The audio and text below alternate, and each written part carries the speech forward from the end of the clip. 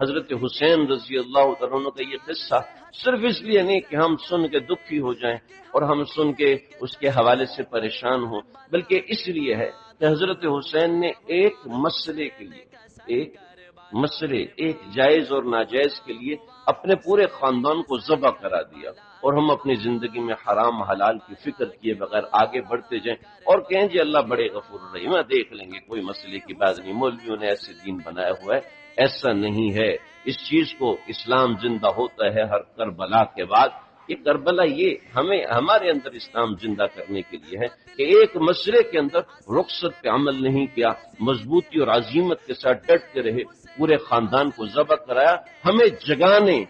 جگانے کے لیے اتنی سی بات کافی ہے، جھنجھوڑنے کے لیے اتنی سی بات کافی ہے، چہ جائے کہ امت مسلمہ سری حرام میں پڑے۔ اللہ تعالیٰ مجھے آپ کو ہم سب کو سمجھنے کی توفیق عطا اسلام زندہ ہوتا ہے ہر کربلا کے بعد۔